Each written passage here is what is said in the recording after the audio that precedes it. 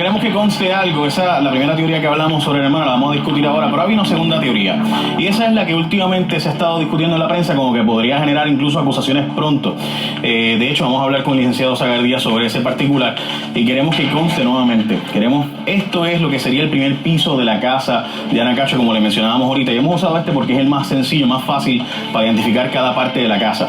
Aquí, como les había dicho, se encontró sangre. Alegadamente hay una puerta en donde ahí era de fácil acceso y aparenta ser que de hecho se le había puesto una cadena porque la puerta de la cerradura no funcionaba bien. Aquí había un portón y este portón, y quiero que aquí se diga la verdad, y lo que hemos investigado en nuestra investigación arroja que este portón se puso aquí porque en varias ocasiones Ahmed Ali trató de entrar a la casa y para evitar que se entrara a la casa por esta zona, pues precisamente no pudiera accesar al cuarto de los niños ni al cuarto de Ana Cacho. Por eso es que se pone un portón en esta zona.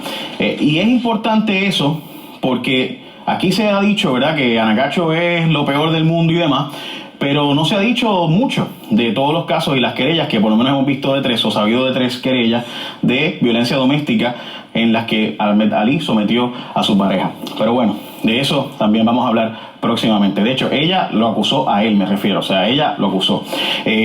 Y eso es importante que se sepa aquí. Vamos a hablar de esta porque alegadamente una persona, a quien todo el mundo conoce ya como el Manco, Luis Rivera Seijo, entra de alguna forma a la casa, que todavía no sabemos, pero en esta zona hay una verja de cerca de 6 pies. Por si acaso, el Manco está acusado o es inimputable de asesinato. ¿Qué es eso de inimputable de asesinato? Vamos a hablarlo ahora.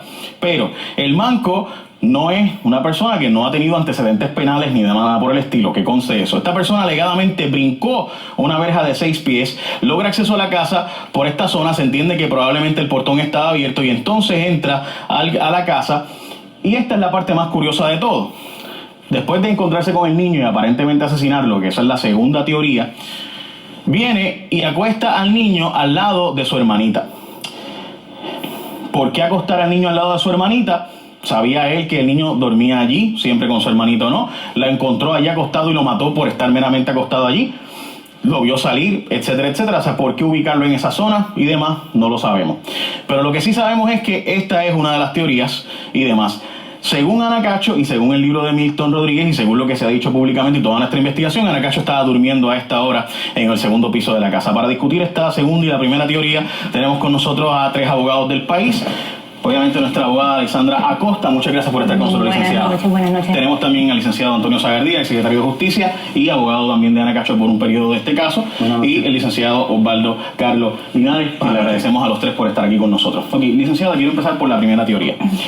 A pesar de que esa teoría, el libro de Milton es el que la trae públicamente y que mucha gente empieza a discutirla, el propio Milton la descarta. Nuestra investigación también la descarta. Todo lo que hemos encontrado descarta la teoría de que la hermanita tuvo algo que ver con este caso. De hecho, la hermanita probablemente estaba durmiendo, según toda nuestra investigación, hacia donde nos apunta esto.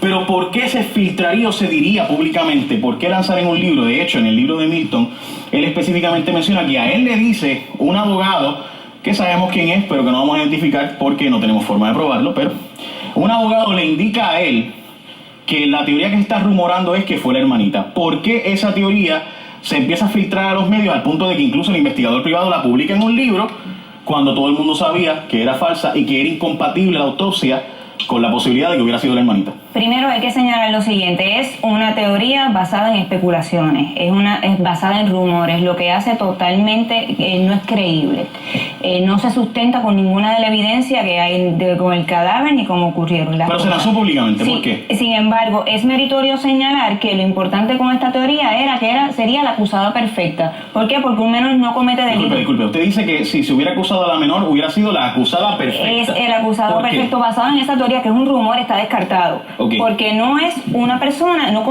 por la edad que se cometieron los hechos, no comete un delito, comete una falta. Y estaría al amparo de la ley 88 de 1986, que es la ley de menores, estaría sujeta a las disposiciones de esa ley. Entonces, ahí se justificaría todo lo necesario en cuanto a la controversia de Ana Cacho, se justificaría lo de la escena. O sea, habría muchas justificaciones de todas las cosas que ocurrieron, de cómo se manejó todo, si eso hubiese sido así, pero sabemos y está descartado. Ok. O sea que esta teoría se lanza porque era la coartada perfecta para un chivo expiatorio para todo el mundo. ¿Por qué? Es que se necesita alguien. Lo sé, entonces si se le acusaba a ella, lo que hubiera pasado bajo la ley 88 era que se acusa a la nena no pasaría por un juicio per se como tal, sino que pasaría por un proceso de ley 88, que no es un delito, sino una falta. Y como ella tenía 13 años, no puede ser imputada de delito como adulta. Correcto. Y por tanto, se le devolvería a la mamá la custodia y la nena a los 18 años ya se le borraría el récord. Hubiese estado expuesta a 3 años en una correccional y 4 años de probatoria si se lo hubiesen causado, pero volvemos. Esto es un rumor.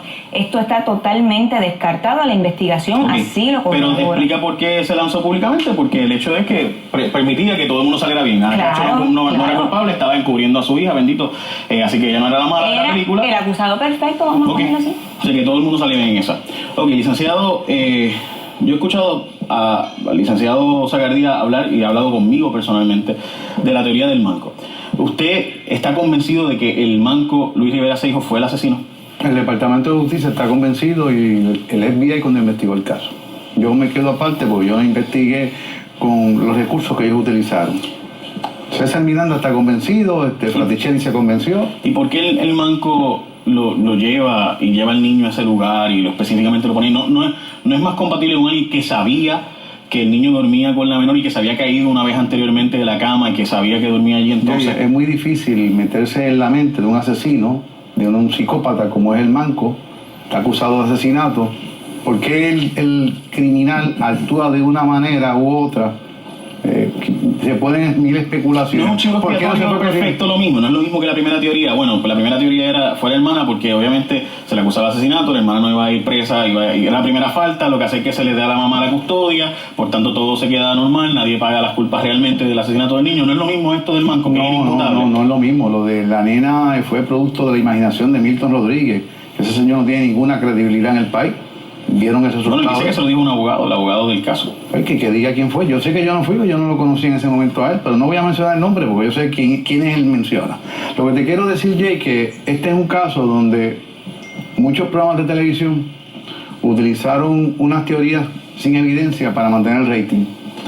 Y tenían unos altares en los escenarios y era más fácil utilizar teorías que no podían probar para mantener el programa de televisión.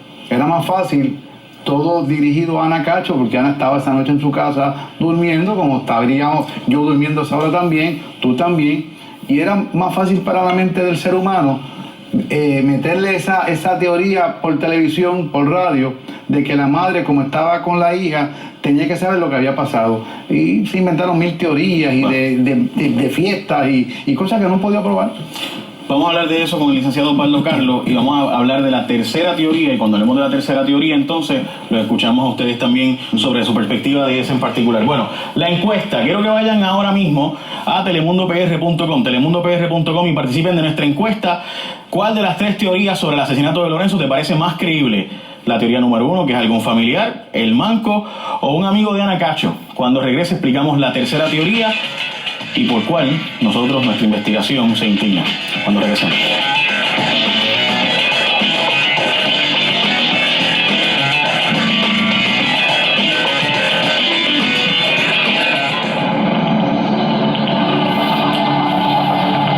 Como le dijimos, estamos explicando 3 teorías sobre el caso del niño Lorenzo y queremos que participe en la encuesta de cuál de las 3 tú crees que puede haber sido. Ve ahora a telemundopr.com y ahí están las 3 alternativas de las 3 teorías distintas que se han estado esbozando públicamente: algún familiar, el manco o un amigo de Ana Cacho. Y precisamente esa es la tercera teoría, el amigo de Ana Cacho. ¿Qué fue lo que alegadamente pasó en esa tercera teoría?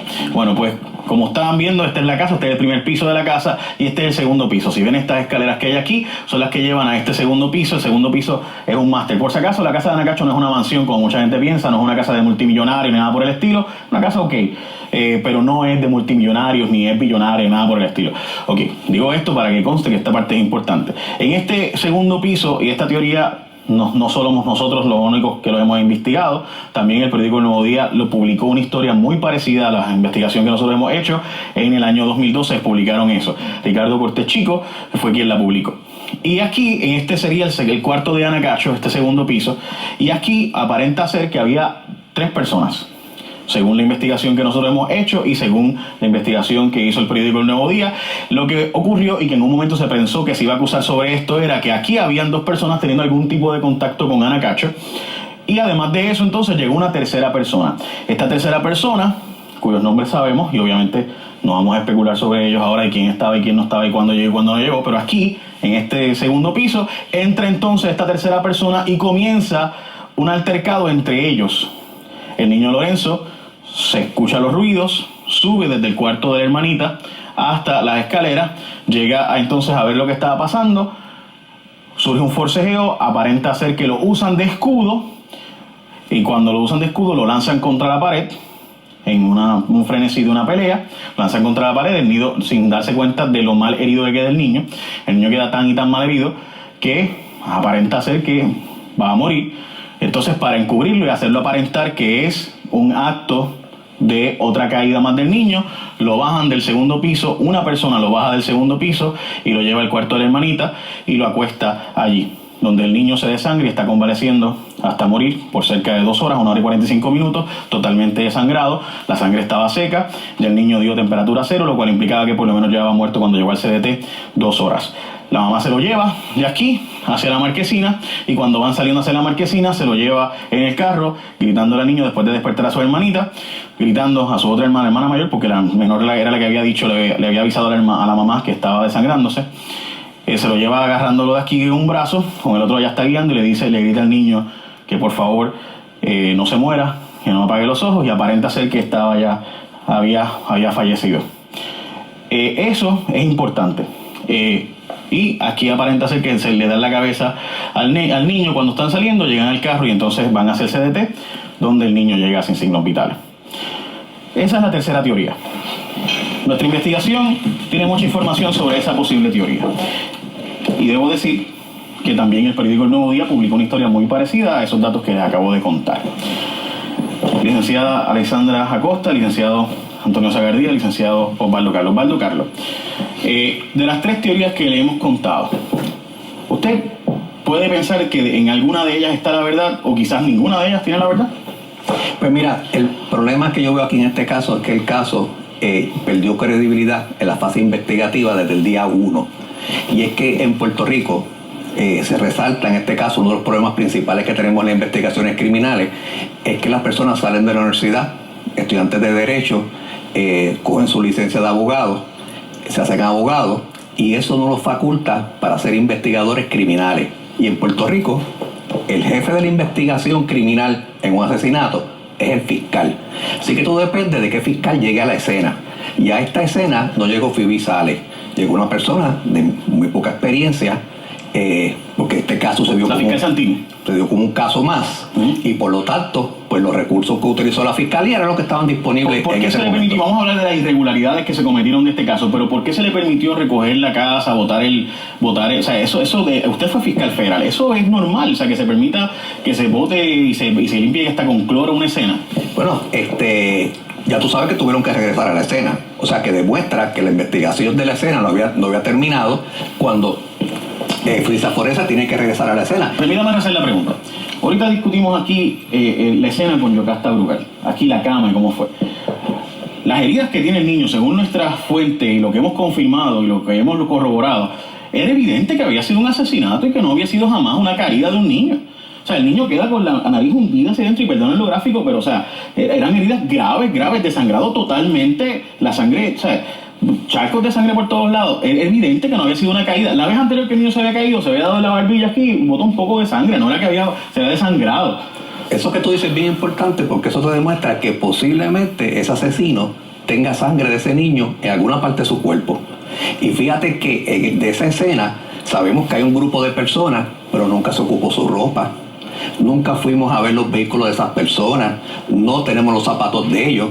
O sea, no se fue lo suficientemente agresivo para poder descartar esa teoría. Desde su perspectiva, las otras dos teorías, la del manco y la de la hermana, ¿fueron chivos expiatorios para hacer salir bien a todo el mundo? Imagínate, la teoría del manco es una teoría que originalmente descartó el Departamento de Justicia, que lo llamó un loco, que estaba diciendo unas cosas que ellos no podían comprobar. O sea que, vamos a suponer que lo puedan comprobar ahora. Nadie le va a dar credibilidad a la teoría. Es una teoría que todo el mundo lo va a ver como deficiente porque del principio... Bueno, y además que hay que ver si es imputable, ¿eh? Bueno, sí, eso es otro factor, que ahora mismo la persona no es procesable. Porque está demente y no es procesable en nuestro sistema de justicia. Y una cosa bien importante, Puerto Rico exige justicia en este caso. Sin embargo, acusar por acusar no nos va a llevar a ningún sitio. Tiene que haber un proceso y tiene que haber una evidencia para sustentar esa acusación. Si se acusa a alguien y Fiscalía no tiene la evidencia necesaria, si la cadena de evidencia no se puede probar, entonces no vamos a ningún sitio, nos quedamos en nada. Y lo que quiere el pueblo, que es justicia, pues entonces no se va a conseguir. Vamos a hacer la pausa y regresamos, pero antes vayan a nuestra encuesta en telemundopr.com, busque usted las 3 teorías y qué usted piensa de cada una de ellas, participe en telemundopr.com cuando regresemos las irregularidades y además hacia dónde nos apunta nuestra investigación. Regresamos. Bueno, regresamos. El licenciado Antonio Sagardía está con nosotros, también el licenciado Osvaldo Carlos, la licenciada Alexandra Acosta. Sobre la tercera teoría que discutíamos, que un grupo de amigos de Anacacho compartía con él en el segundo piso, se formó una pelea y entonces el niño lo ve, entran y entonces ocurre un incidente que nadie sabe describir en detalle, lanzan al niño a la pared o algo por el estilo, ¿verdad? Y finalmente fallece después de eso con unas heridas punzantes que se le hacen posteriormente. El licenciado Sagardía quería hacer unas palabras sobre eso. Porque yo creo que estoy convencido que esa teoría es producto de mentes torcidas. Porque si fuera así, allí habría sangre en ese cuarto y el Departamento de Justicia, bajo esta administración, no le hubiese quitado la etiqueta de sospechoso a Anacacho y a esta persona. Al quitarle la etiqueta de sospechoso, que quiere decir que no se están investigando, no se están centralizando sobre ellos. ¿No quiere decir que es conveniente para la justicia? Bueno, porque justicia quizás le conviene hacer otra cosa. ¿No? Tú estás analizando esto de que justicia es lo que le conviene. Yo estoy diciendo que usted me dice que eso no es posible. Yo le digo que es posible. Yo le digo que es posible que justicia diga, bueno, vamos a resolver este caso ya y vamos a echarle la culpa a esa persona. La opinión que yo tengo de César Miranda es una opinión bien alta de él, y yo te puedo asegurar que sería incapaz de descartar una teoría con pruebas, porque ese expediente se va a quedar ahí. Ese expediente lo van a revisar en otra administración y entonces tendrían que pasar juicio sobre lo que hizo. Por lo tanto, la misma investigación de justicia descarta esa teoría. No sería la primera vez que el Departamento de Justicia esté en un caso donde después la prueba dice que no fue así como ocurrieron las cosas. Pero nada, obviamente usted tiene su teoría y obviamente con mucho respeto la aceptamos y por eso lo invitamos, porque sabemos que iba a tener una opinión muy válida. Muchas gracias, licenciado Osvaldo Carlos. Muchas gracias, licenciado Acosta. Bueno, gente, recuerde que pueden participar en nuestra encuesta en telemundopr.com, y una de las cosas que queríamos investigar era que ha habido otros casos de asesinatos de niños y sin embargo no han generado esa conmoción pública, ni siquiera se sabe el nombre de muchos de estos niños que han fallecido. John Paul, tú fuiste a la calle a preguntarle a la gente sobre este caso y sobre otros casos. ¿Qué encontraste? Muy buenas noches. Básicamente, Lorenzo, Ana, son nombres que inmediatamente, ahí te dicen Lorenzo y se te viene la imagen del niño a la mente inmediatamente. Pues yo quería saber si otros casos más recientes, que eran hasta más brutales, pues ambos son tragedias, pero tragedias aún más grandes, si la gente se recordaba de los protagonistas de ese suceso, y veamos qué fue lo que sucedió.